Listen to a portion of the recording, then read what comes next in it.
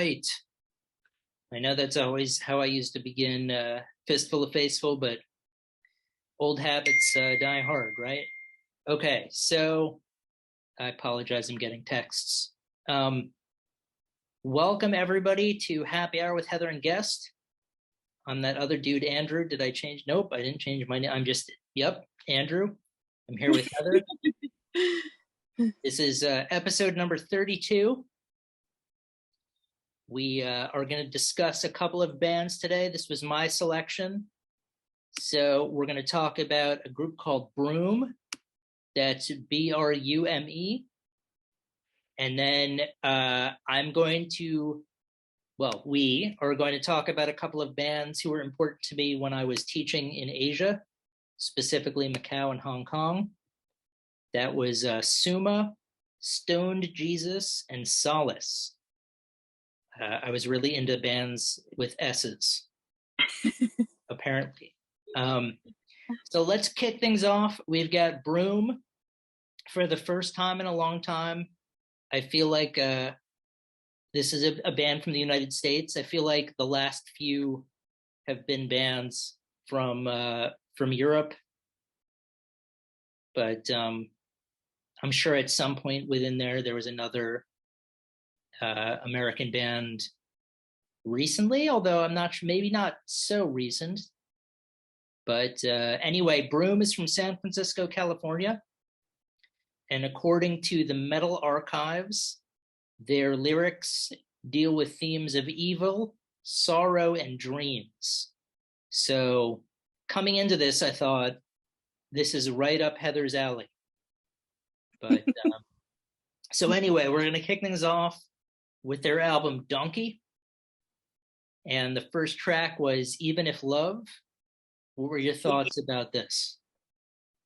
I like how their album names are names of animals. This is low and slow with ethereal vocals.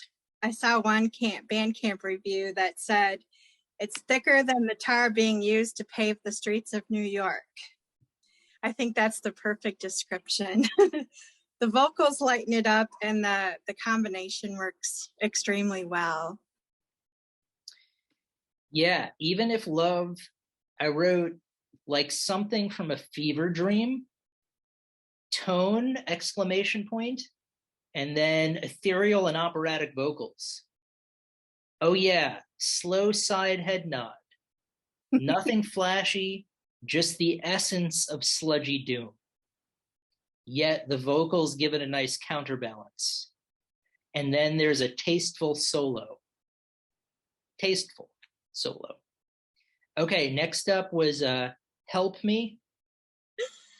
This song has some cool tempo changes. It's hauntingly beautiful. Just when I felt the heaviness was going to drown me in quicksand, the guitar came in and it kind of pulled me up to safety. Crushingly heavy doom and just a great debut album from them. Yeah, Help Me, I wrote, was the equivalent of The Boiler Room.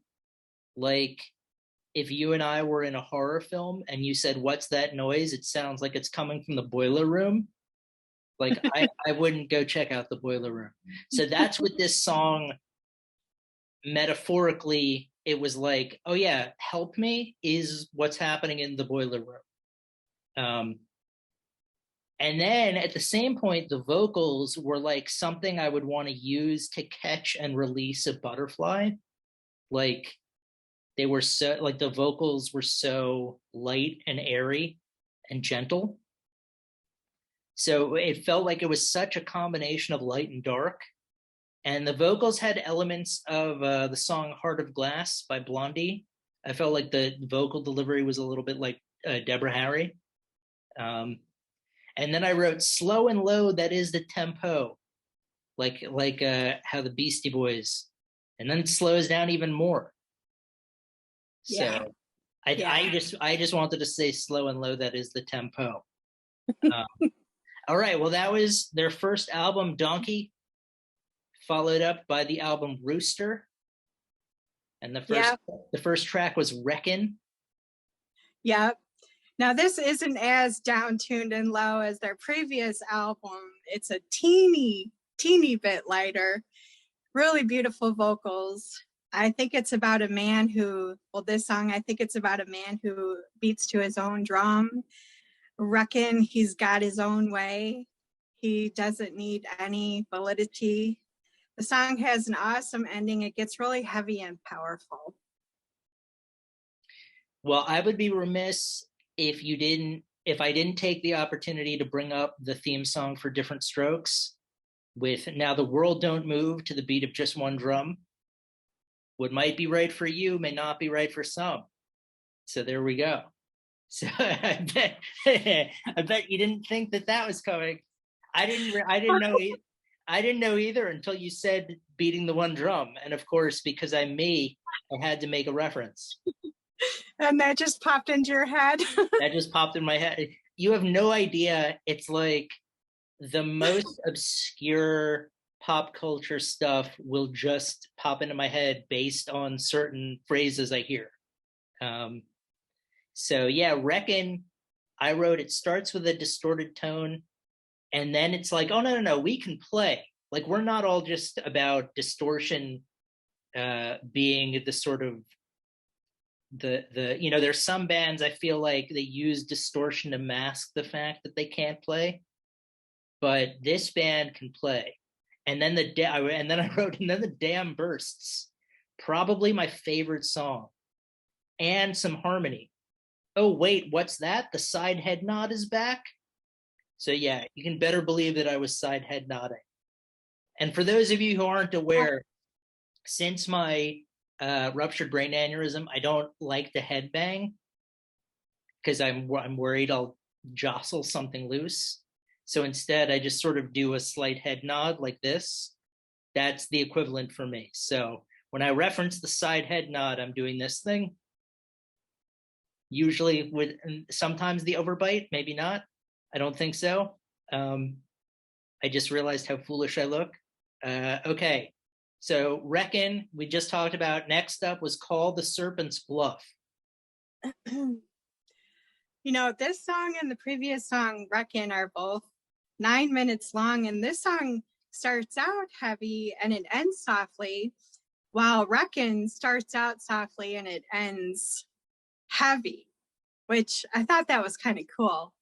The first album, Donkey, I put the whole album on our YouTube playlist, but this album I couldn't find. So I put just the individual songs on our playlist, and I definitely recommend giving them a listen because it's really, really good. Call the Serpents Bluff, I wrote, great title. It felt like it was building up a showdown in a way, like two prize fighters were about to go at it, and this was part of that buildup. I wrote another dynamite jam of riffs. Over 2 minutes before lyrics. My second favorite song, maybe my favorite, I'm not sure. And then I just wrote a melodic treasure trove. So, but I do agree with you, Donkey and Rooster, it's definitely the same band, but Donkey tonally, I think, is a little bit more down-tuned and maybe sludgier, whereas Rooster seems to be in a little bit of a different direction. But regardless of Donkeys and Roosters, the third album we're going to talk about is called Rabbits. Rabbit. The first track is aptly named Scurry. Scurry, yeah. Now this album is my favorite. And this song is just so good. It flows so well. Again, the vocals are incredibly beautiful, and the way it juxtaposes with the heaviness of the instruments is incredible. This song has some vocal harmonies which add to the beauty of the song, and I love what they're doing here. For Scurry, I wrote tonally very thick, but different from the previous two albums. So I think it's definitely the same band, and they have a distinct style, but there's enough nuance in the three albums that they're not simply carbon copies of each other. I also wrote it was operatic, like the magnets, like the poles, like the South and North Pole. You've got, the North Pole of this would be the tonally distorted music, and the South Pole would be the operatic vocals. And the light and dark. I could make so many analogies to the contrast of this stuff, and then I just wrote mad, tortured, powerful vocals. Powerful. I feel like I could play this song for anyone, and it would be a great segue to this genre of music, because it's really accessible. I feel like there's a lot of doom or sludge or stoner that's really awesome music. It's just not as accessible to mainstream listeners. But I feel like Scurry, or most of the songs off this album, I could probably play for a casual fan or someone who doesn't necessarily like this genre of music, and this would be a great entryway, or a gateway drug. So there we go. So Brume, a great gateway drug to doom metal. Yeah. The next track was Blue Jay. Yeah. The song has cello, and I'm all for using non-traditional instruments in doom music. There's also piano, which is incredibly beautiful. When the guitar and drums come in with the cello and the piano, I was like, oh my gosh, it just blew me away. What a beautiful song. Yeah, I wrote opens with a stringed dirge and solo piano. Sadness personified. A very somber mix of elements, mostly strings and piano, very sad, but hauntingly sad. Not like I got to turn this off because it's making me too sad, but like I'm enjoying this, but it's also very melancholy. I don't know if any of that made sense, but regardless, the last track we listened to off Rabbits was Autocrat's Fool. Yeah, and this trio of musicians, they definitely have it going on. They play so well together. This song is so well crafted. It goes from just singing and drums to slowly adding the other instruments in. And I love how the song is heavy, but it doesn't beat you over the head. There's a subtlety about it and a restrained elegance. An absolutely incredible song to close the record. And this song also, I didn't write down any of the lyrics, but it does reference bones in the lyrics. So just an FYI. All right. Another great title too, Autocrat's Fool. I wrote sort of like a tribal beat and chanting, and then the instruments crest like a wave, an ocean wave falling over, but it still retains a proclamation type feel. So like I feel like this music would play while someone like a king was making a proclamation, like I'm proclaiming this to be awesome music, and then they would play Autocrat's Fool. So yeah, I mean, I Brume was one of those bands that I think I saw during like my YouTube spelunking, one of my YouTube spelunking moments. It would be in the algorithm, and I remember thinking, okay, I got to check this band out at some point. So, but yeah, I mean, a really great combination of vocals and instruments, and yeah, I mean, I can't recommend them enough. I feel like we can definitely add them to the list of great bands we've had on the show before. Yeah. So definitely check out our playlist that Heather has cultivated. And then, so I went into the next category of our show. I left for Macau in 2012 to go teach. And I remember while I was there, the first track I remembered finding was Paper Tiger by Suma. So why don't we start with them? Suma, I believe, is a Swedish band. Yes. And Paper Tiger, I think, is off their self-titled album. So yeah, well, it's interesting because when it first starts, it sounds like the ending of a song, like the finale. Then it goes into a down-tuned, doomy riff. Lots and lots of awesome guitar work. The song is very guitar-driven. It's awesome when the wah comes in. The wah. I don't know if there's harmonica or an effect towards the end, but it sounds really cool. And another great Swedish doom band with this is a great doom song. And you were right, this one is my favorite of the three that we're gonna talk about. thank you. Yeah, I feel this when I heard this song, what I wrote is, this is how the music is supposed to sound. Like, you're looking for doom, like this is the doom that you want. Intense, unapologetic. It reminds me of, I don't remember what the context of the interview was, but they were interviewing Scott Ian from Anthrax, and he talked about seeing an Iron Maiden album with Eddie on the cover, and he said, "Oh, this is how the music is supposed to look." And I just remember that phrase like sticking with me, like, oh no, this is Eddie is how that music is supposed to look. You know, a zombie on the cover with a bloody hatchet, like doing something crazy. And I remember when the riff for Paper Tiger kicks in, remember thinking like, this is how the music is supposed to sound. And then the gateways just opened.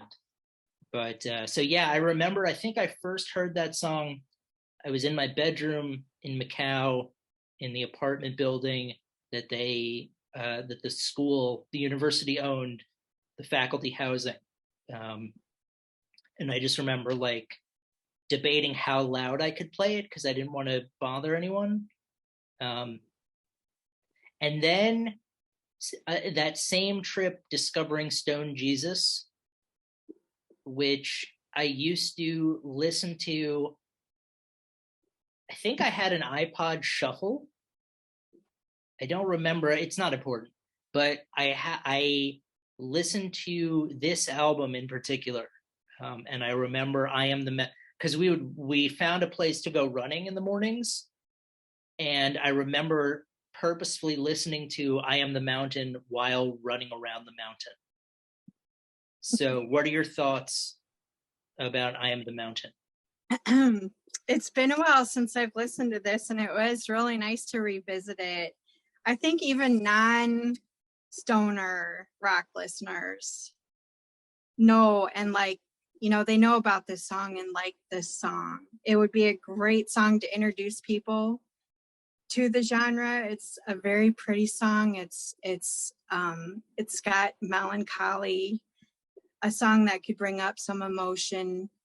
This, in my opinion, is a song everyone should have on their playlist and listen to it from time to time. It's an iconic song.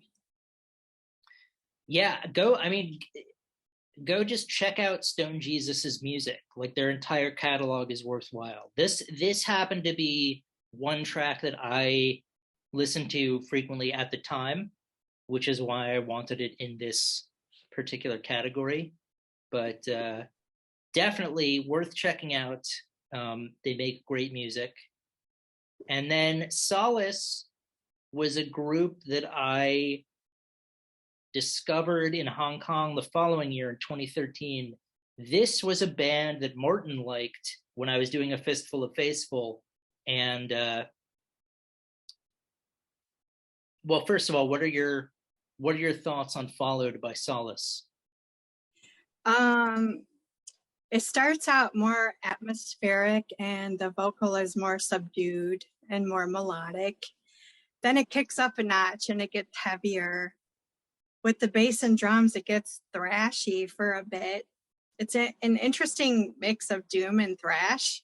It gets really fast towards the end of the song, and the vocals get louder and more powerful. And then it ends on a bit of the doomy side.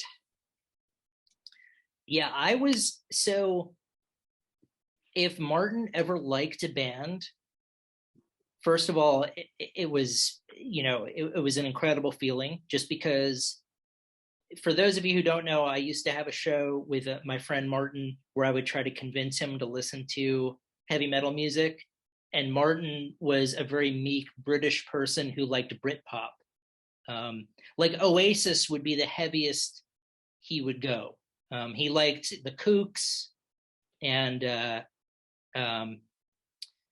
bands like that. So a lot of the music he liked, like I remember, Poison or a lot of the other hair bands of the 80s were easy bands for him to like. Motley Crue, some of the earlier British metal stuff from like the early 70s, like, or not even British, but like Pentagram. He liked Pentagram, the new wave of British heavy metal type stuff. But Solace was from New Jersey, and this album came out, I think, in 2000. So the fact that he liked a contemporary metal band, that was more in a subgenre of metal, was like a revelation. It was like I discovered it. Like George Costanza once said, "This is like discovering plutonium by accident." So since then, and Solace has a couple of, they're still playing today, so that's awesome. You can still see them. I have a couple of their albums on my playlist, and they do have a unique sound. Like you'd mentioned, it's sort of a thrashy doom type thing. Most of their songs, I guess, are a little bit quicker tempo, but it's all great stuff. I mean, I definitely would recommend checking out Brume, Suma, Stone Jesus, and Solace. Yeah, like and the song followed when he was singing, like Anthrax just popped into my head. I was like, oh yeah, this is kind of thrashy, Yeah. Yeah, well, so that album came out over 20 years ago, so they have a really long catalog of music, so definitely worth checking out. And I wish I had more to say, but I think I've said it all. I made a reference to Different Strokes. I'm not actually checking the list, but you have get your bingo. If you have your bingo card out there, then I'm sure one of you has probably won. But I was I'm really glad that we listened to Brume, because again, I was aware of them, but I hadn't listened to them in a really long time, and I forgot kind of how good they were. So this was a great refresher. And then it was nice to go down memory lane with some of the other bands. So looking forward to episode number 33 next week. It'll be your pick. Yes. And for the rest of you out there, have a good end to your weekend. When you watch this, I will have turned 44. So thank you for celebrating with me unofficially. And I'm gonna post it all over social media. So well, thank you, Heather. But I figured I should say something because this will come out on the 24th. So, cool. All right. Well, have a good one, all of you out there in internet land. And Heather, as always, thank you for being the best. Thank you. And we will see you later.